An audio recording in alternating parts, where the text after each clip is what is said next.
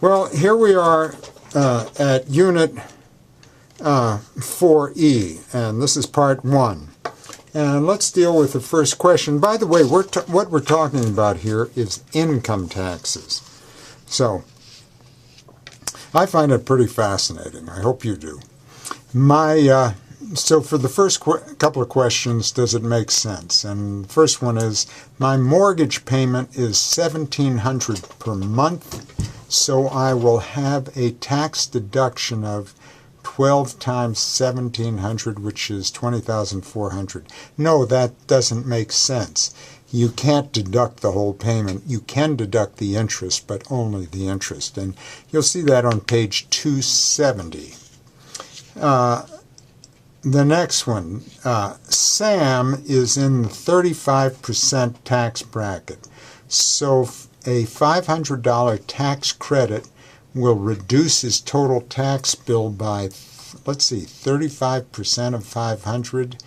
No, that doesn't make sense. A tax credit, if you get a credit of $500 for taxes, a tax credit of $500, that means you can subtract $500 from your tax bill.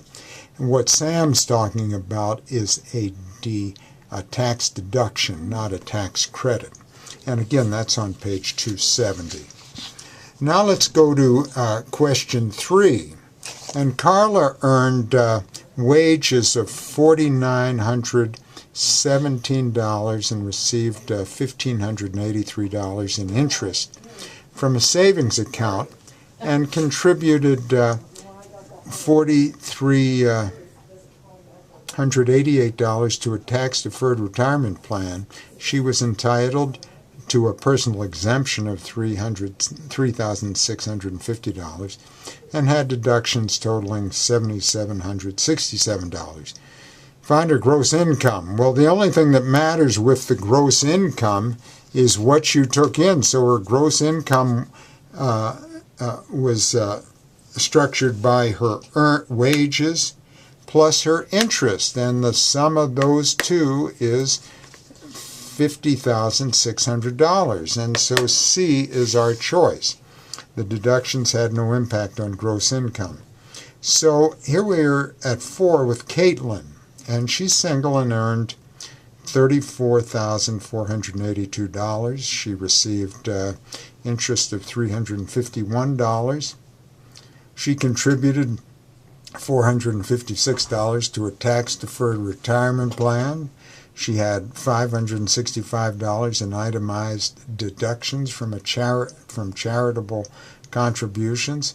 Calculate her gross income. Well, her gross income is simply the sum of her wages plus her interest income, which was $34,833, and that's B, choice B. Let's go on to 5. And so for 5,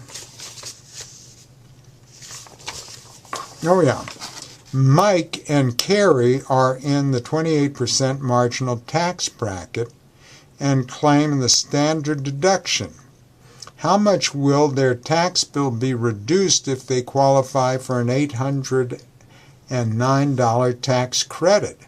A tax credit, you just take that right off your taxes, so their tax bill will be reduced by $809. Look at page 270. That'll explain that. So D is our choice. Now for 6.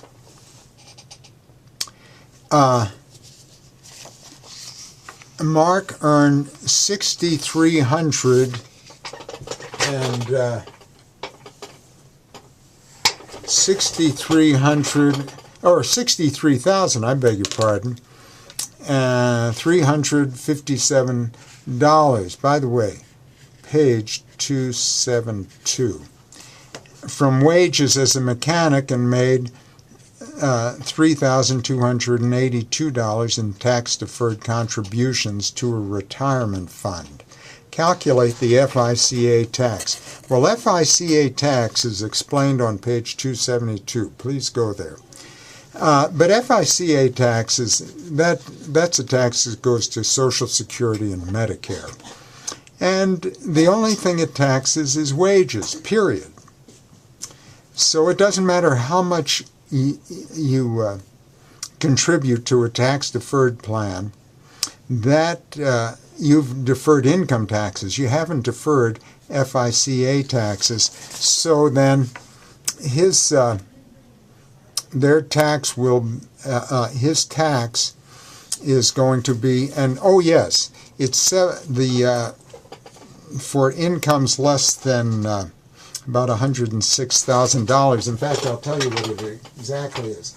For incomes less than, for the first $106,800, your FICA tax is 7.65%. After that, for incomes above that, you pay an addition. For the portion of your income above that, you pay at a rate of 1.45%. But be that as it may, to compute the FICA tax, you multiply 7.65% times his income, his wages, $63,357, and you get a contribution of $4,846.81, and that's choice C. And we'll stop and go on to part